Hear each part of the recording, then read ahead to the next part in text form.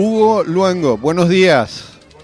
No oigo a Hugo Luengo. A ver qué problema tenemos. A ver, hay que estar atento con los... Ahora, hay que estar atento con los micrófonos. Sí, todavía está un poco alto. Está un poquito. A ver si le bajamos un poquito los auriculares a Hugo porque le vamos a reventar los... Sí, bueno, y no te oigo. No. A ver, ¿ahora me oyes? ¿Me oyes ahora? No, a ti un poquito mejor. Ahora mejor. Venga, ahora tenemos ya los auriculares perfectos, más adaptados. Bueno, el mundo al revés. Nunca mejor dicho. Bueno, lo acabamos de ver, yo no lo vi directamente en la intervención de Sánchez, donde nuevamente nos colocan en una situación política donde desde luego lo que necesita nuestra sociedad no es esa. Ya. Y bueno, en el mundo al revés planteo una serie de temas, yo creo, de actualidad, donde arranco con la caída del muro de Berlín en el 89, donde desaparece la Unión Soviética en el equilibrio con el mundo de las democracias liberales en aquel momento de Ronald Reagan, Margaret Thatcher y el Papa Juan Pablo II, donde suponíamos, en términos de Francis Fukuyama, quien escribe El fin de la historia y El último hombre, donde en el año 92 venía a decir que se acababa la historia porque en ese momento el triunfo en el mundo era de las democracias liberales. Y bueno, curiosamente, la historia al final se acaba escribiendo con renglones torcidos. Tan es así que en la década de los años 90 asistimos a una verdadera degradación de las democracias liberales, precisamente como dicen muchos entendidos en el tema, lo he recogido de múltiples fuentes, donde se produce en esa degradación de las democracias liberales que hoy vivimos una pérdida de legitimidad de los partidos. Explicarlo hoy en España es muy fácil porque los ejemplos son múltiples. Un conflicto de la falta de participación ciudadana. Al ciudadano se le llama, digamos, a votar cada 4 años y luego, si te he visto, no me acuerdo. Pretender mantener una democracia liberal cuyo nervio es la participación ciudadana es cuando menos dudoso. Y luego un problema superpuesto de la inclusión, de lo que muchos han llamado la inclusión de las diversidades, donde no se atienden los distintos problemas ciudadanos que prosperan en nuestras democracias liberales. Ese alejamiento, digamos, de las sociedades políticas, de sus sociedades civiles, las nuestras, han producido una verdadera crisis de las clases medias que son el motor de las democracias liberales. La semana pasada lo veíamos, digamos, cuando valoramos el problema de la vivienda y el empleo, que han acabado convertidos a pie de calle en dos de los principales problemas de nuestras democracias liberales. Y bueno, todo eso ha ido derivando hacia que en este momento el populismo, la polarización y la posverdad se han convertido en verdaderos referentes de nuestras democracias liberales degradadas, ¿no? Y bueno, eso al final produce que Europa se haya quedado, digamos, descolocada respecto del concierto mundial, siendo Europa en términos económicos posiblemente sumada a la segunda potencia o el segundo primero mercado del mundo. Al final resulta que en términos, digamos, concretamente de defensa, seguridad, de inmigración y de unidad continental, es incapaz de mantener una política común. Lo hemos visto en estos días y en el caso singularmente del gobierno de España, pues realmente nos hemos quedado descolocados en el concierto mundial, donde somos convidados de piedra en Europa y por supuesto, digamos ya, si lo referimos a la democracia liberal número 1 del mundo, que son los Estados Unidos, pues la verdad que estamos en una posición, por decirlo finamente, muy incómoda, ¿no? ¿Qué va a pasar, Hugo?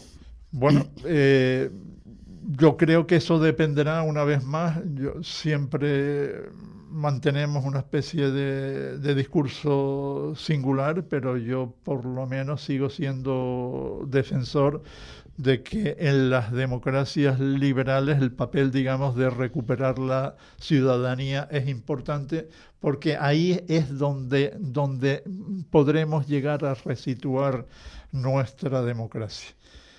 Y lo decía porque Europa, digamos, mantiene una posición muy complicada. El otro día estuvo, por cierto, en España Leti con uno de esos famosos informes respecto a recuperar el liderazgo europeo. Y bueno, en teoría conozco y he analizado tanto el informe Leti como Draghi, que van en la misma línea, pero si bien, digamos, son capaces de identificar el problema y las soluciones, luego los remedios que dan a esos problemas yo creo que están, digamos, desenfocados, porque no podemos seguir manteniendo cualquier, digamos, actualización del modelo europeo pensando que lo podemos financiar con más deuda pública. Eso es imposible, eso es imposible. Hay que, digamos, abandonar la deuda pública y buscar soluciones donde hagamos, digamos, partícipe y protagonista de los cambios del sistema, digamos, a las sociedades civiles. Sin eso es imposible. ¿Pero dónde está la sociedad civil, Hugo? Pues tendremos que buscarla. Tendremos que buscarla. Yo creo que existe. Lo que pasa que la sociedad civil está machacada por la sociedad político-funcionarial. Lo decíamos al principio. Pero claro, las diferencias son como diferentes reinos, ¿no? Está la sociedad civil diluida, porque la sociedad civil en bloque no existe. Y después, claro, está el estamento político, que es otro nivel, que no tiene nada que ver, no está conectado uno con otro, no hay conexión. No, en el caso, digamos, además de soportado España, por los funcionarios, que es otro nivel. Son como tres niveles: la sociedad que no existe, los políticos y los funcionarios. Esos son, y los funcionarios y los políticos están totalmente desconectados de la sociedad, entre ellos, en este momento, en ese juego. ¿Tú has hablado últimamente con algún político y tú los oyes? Y yo digo, esta gente no está en la realidad. Curiosamente, el viernes voy a un acto que celebra, entre comillas, el PP en el MUNA, sí, en relación, digamos, a valorar el problema de la vivienda y sus soluciones. Lo veíamos la semana pasada, que tengo verdadero interés, porque ahí nos jugamos un tema esencial en recuperar, digamos, la vivienda y recuperar el empleo ligado a las clases medias, donde no le estamos dando solución. Ya. Seguimos, digamos, mareando la perdiz, pero soluciones reales y efectivas, donde se entreguen llaves en mano en tiempo y forma. Ayer estuvo sentado ahí un empresario de inmobiliarias, que tiene inmobiliarias aquí y gestorías en Tenerife, y le preguntamos, ¿los políticos les escuchan? Dice, nada. No escuchan nada. ¿Qué va a pasar? Porque son realidades como... Sí, pero es que en este momento hay que ser conscientes que ninguna de las soluciones, sobre todo concretamente en el tema de la vivienda, no es posible sin contar con la sociedad civil. Ya. Simplemente, digamos, ser consciente que las soluciones están en la colaboración público-privada es un tema que todavía está ajena a las políticas del muro que están planteadas desde Madrid. Es imposible, digamos, dar un cambio sustancial al problema de la vivienda si realmente no se asume y se dan soluciones a que el problema está realmente en fomentar y arbitrar una verdadera colaboración público-privada. ¿Y tú crees que los políticos son conscientes de que el pueblo no pinta nada? Porque ellos ya van... Bueno, yo creo que los políticos en este momento están un poco zombies, dicho Zombie. Coloquialmente, realmente su prioridad simplemente es ocupar el poder. Sí, Ahí, estar y no hacer mucho ruido, no hacer mucho ruido, entre comillas, para no equivocarse, no molestar, pero luego las soluciones que la sociedad civil les exige no se resuelven, ¿no? Ya. En ese sentido, yo señalaba en mi artículo que resulta sintomática la posición de un gobierno a la defensiva, sin presupuesto y sin gestión efectiva, que abandona la responsabilidad política que le obliga a cumplir con sus ciudadanos. Señores, la prioridad de la acción política, mientras no tengamos claro qué es resolver los problemas del ciudadano, poco hacemos, y eso no se está haciendo. Y señalaba un fenómeno curioso que reflejaba la posición del mundo al revés que hemos creado en unas frases que parecían muy sintomáticas, y yo creo que las conocemos incluso sin ponerles el título a quien la ha dicho, que son: si quieren algo, que lo pidan. Ya. Sabemos de quién es. Si la víctima cree que le he fallado, dimitiré. Sabemos de quién es. Hoy o mañana resolveré también. La culpa es del muerto Lambán. Son mecanismos del mundo al revés, donde hemos acabado trasladando, el político acaba trasladando lo que son sus responsabilidades, no se sabe a quién, pero no a ellos, lo que favorece una conciencia de impunidad. Si yo no soy responsable de nada, sino quien tiene que resolvernos es la víctima, que si quiere yo dimito, realmente estamos configurando un mundo carente de confianza, por lo cual puedes tú ser encubridor o no saber nada respecto de las acciones políticas, que en ningún caso eres, digamos, responsable de ellas. Ese es el mundo al revés que estamos creando. Un horror. Y ese mundo, trasladando a la sociedad civil, pues genera una sociedad civil que mira desconcertada como nuestros políticos ni nos hace caso. Pretender que con esas posturas abordemos con seriedad, por ejemplo, el problema de la vivienda o el problema del empleo joven, es muy complicado, ¿no? Bueno, pues no sé Europa hacia dónde va, ¿eh? Europa, lo venimos reiterando, yo creo que cada semana y Europa está, digamos, desde mi punto de vista, absolutamente perdida, no sabe a dónde va. Y bueno, y cuando quiere hacer alguna política, como hemos visto en este día, pues al final resulta que 7 países se tienen que separar, porque la mecánica de toma de acuerdos por parte de Europa hace totalmente inviable decidir cuándo lleva los conflictos. Imposible. Para poner de acuerdo a 27 en las grandes políticas unificadas es absolutamente imposible que se haga en Europa. De hecho, Europa, Alemania, Francia han sido capaces de ponerse de acuerdo antes con el Reino Unido, que ya no está en la Unión Europea, que con casi el resto de los demás. Y bueno, en este discurso del mundo al revés, dicho más pedestre y coloquialmente, cito dos actos que reflejan perfectamente la tesis que mantengo en el escrito del mundo al revés.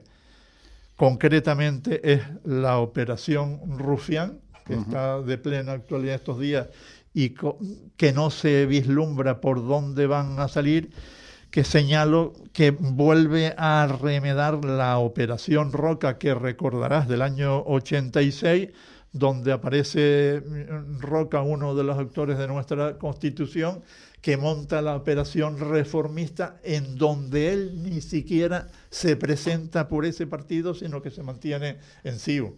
Y bueno, recordarás que esa operación Roca dio como resultado 0 diputados en el Congreso y en el Senado. Pues es un poquito absurdo. Y bueno, en esa mundo al revés que crea el propio Rufián, llegan, digamos, al Parlamento, donde se plantea como iniciativa de Vox las operaciones de prohibir el burka y el niqab, y toda la izquierda vota en contra de esa operación que no prospera, y al tiempo Rufián sale en medio diciendo que el burka y el niqab le parece una animalada y una salvajada, entre comillas. Está bien. Dicho por él. Está bien. O sea, ese mundo al revés nos lleva al disparate de negar, digamos, la razón. Ya. Eso es un absurdo.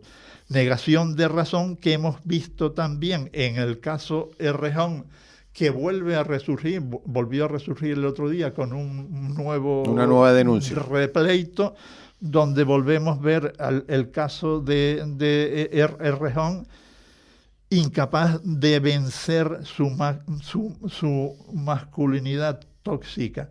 En el momento que se presenta ante los medios, cuando dimite me parece que fue hace 3 años, vuelve, digamos, a hacer el mismo mecanismo de trasladar su responsabilidad al heteropatriarcado, que lo contaminaba con su modo de vida liberal.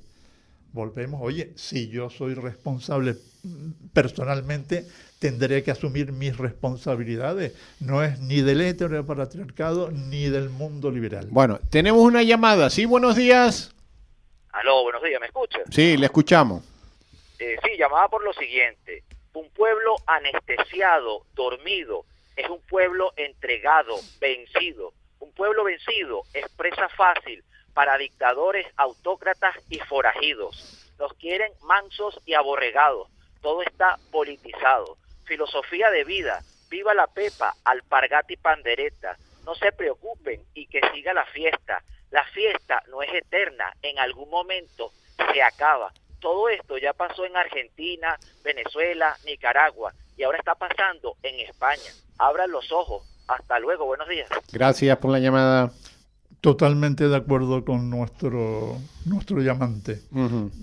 Precisamente esa es la postura que está, digamos, denunciando el artículo del Mundo al Revés, una vez más demandando el que la sociedad civil, mientras no se active, pocas cosas podremos hacer. O sea que estamos pidiendo ya unas elecciones urgentes, ¿no? Hombre, en España se precisan unas elecciones urgentes y una vez más es imposible, digamos, mantener un gobierno que sistemáticamente incumple la Constitución porque ni siquiera se molesta en llevar unos presupuestos al Parlamento con la Constitución en la mano. Eso es imposible, y resulta que los propios mecanismos de esa democracia que dice ampararnos pues no están funcionando, y por la puesta de servicio se está haciendo una verdadera transformación de la democracia.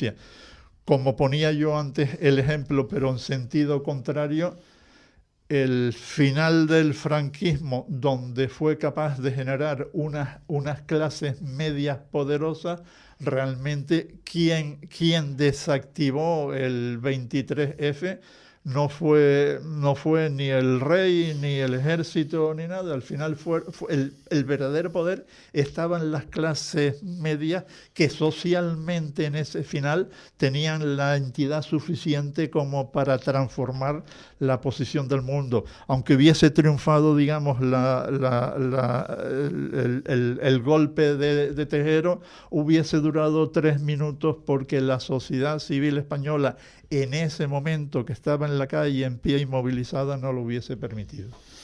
Se ha producido, ahora estamos, digamos, en el movimiento pendular contrario, donde resulta que el exceso de poder precisamente que dio la Constitución del 78 a los partidos, que los ha hecho verdaderas entidades autoritarias desde mi punto de vista, ajenas al propio sentir de la de la Constitución ha transformado un mundo que tiene que venir de vuelta recuperando, digamos, el papel de las clases medias que realmente son el soporte de las democracias liberales, no nos engañemos.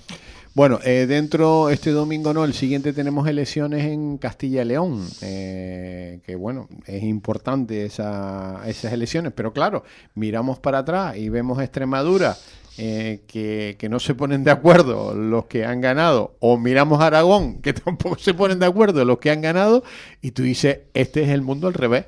Sí. Este es el mundo al revés. Ahí es donde estamos viviendo. ¿Cómo cambiamos el revés del revés? Ya. ¿Cómo cambiamos esto? Porque claro, esto es no sé, una pandemia que se está produciendo en el mundo, ¿eh?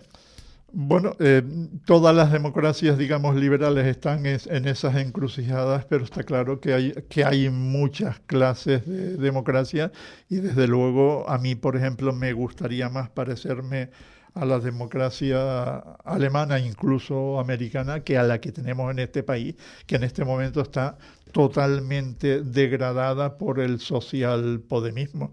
Realmente pensar que la opción política del gobierno central es una socialdemocracia es una burla al sistema. Eso no es la socialdemocracia. Socialdemocracia es la que he venido defendiendo y la que planteó en su día Felipe González, que lo hemos visto en estos días en unas intervenciones ejemplarizantes en los medios y en el Parlamento, donde vuelve a defender la verdadera socialdemocracia, que es la que produjo en el momento determinado cuando hizo el famoso referéndum. Y esa socialdemocracia ya no la representa, digamos, el actual gobierno de España, que está en una deriva social podemista, ajena, digamos, a lo que es el papel normal de nuestras democracias. Y precisamente en esa postura, pues nuestro presidente de gobierno ha pensado que tiene la capacidad,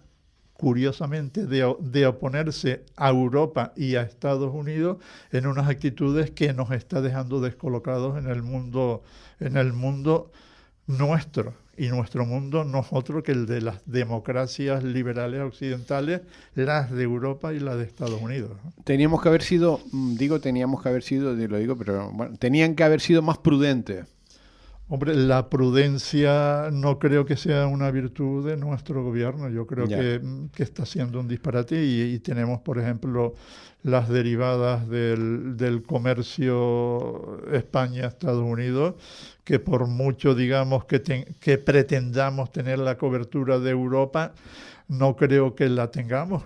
Europa está, digamos, renegando de las políticas que unilateralmente está haciendo Sánchez, sin ir más lejos, con el tema de la seguridad, de la inmigración, que ha montado un pifoste tremendo. Una vez que cualquier inmigrante entra dentro del cordón aduanero de la Unión, es europeo, por mucho que quieras, y una vez que seas europeo, dentro de Schengen te mueves en el coche, sin ninguna limitación. No, en el coche y andando, si quieres. Sí. Y si quieres, bueno, andando es un poquito más cansado. Bueno, pero te mueves. Te mueves.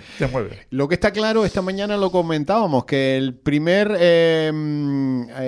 a quien más gas le compramos es a Estados Unidos. Gas licuado. Sí. El 56% se lo compramos a Estados Unidos. Y mira que nos hemos peleado también con un señor que tenía gas que está aquí al lado, pero sí, también...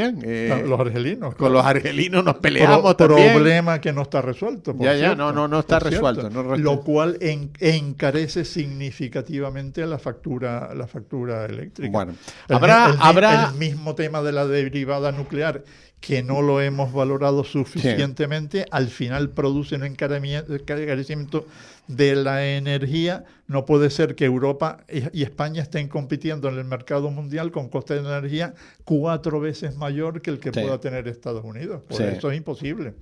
Imposible. Sí. Eso no lo entiende nadie. Y bueno, hay que estudiar porque todo esto va a traer consecuencias. Y nosotros tenemos ahí a un vecino que se llama Marruecos, que se puede convertir en preferido de Estados Unidos. Y el día que tenga España problemas con Marruecos, que los tendremos, porque siempre los hemos tenido históricamente, ahí está la historia. Cuando los tengamos seriamente, a lo mejor nos quedamos descolocados. Quien ha equilibrado ese desequilibrio precisamente es Estados Unidos. Ya. Y comentaré un tema que precisamente está en el histórico de la Marcha Verde. Ya. La Marcha Verde se produce porque Estados Unidos apoyó en ese momento decididamente la Marcha Verde porque veía que su frente norte del estrecho de Gibraltar se desequilibraba con Franco y apostó decididamente por Marruecos. Bueno, pues atentos con la jugada porque nosotros estamos en Canarias. La geoestrategia tiene sus reglas y en el caso de Canarias seguimos sin contemplar, digamos, la frontera sur, Canarias, Ceuta, Melilla, Baleares, con un desequilibrio en el Sahel que seguimos mirándolo de costado cuando es una frontera absolutamente desequilibrada. En el momento que esa frontera se desequilibre, que es la frontera sur de Europa, no nos olvidemos, ya llamaremos a nuestros amigos para que nos defiendan en un club del cual no pagamos las cuotas. Bueno, vamos a ver porque nos estamos metiendo en un lío tremendo porque claro, el vecino está pendiente de lo que ocurre y el vecino está viendo que se están peleando con Estados Unidos y bueno, atentos porque nada de esto pinta bien. Bueno, Hugo, el mundo al revés. Exactamente. El mundo al revés que tendremos que volverlo a poner de derecho, recuperando el valor, insisto, de las democracias liberales e incorporarnos en nuestro sitio en el mundo, que no es otro que el de la Unión Europea y el de Estados Unidos. Lo demás son cantos al sol. Bueno, y así nos va. Hasta la semana que viene. Pues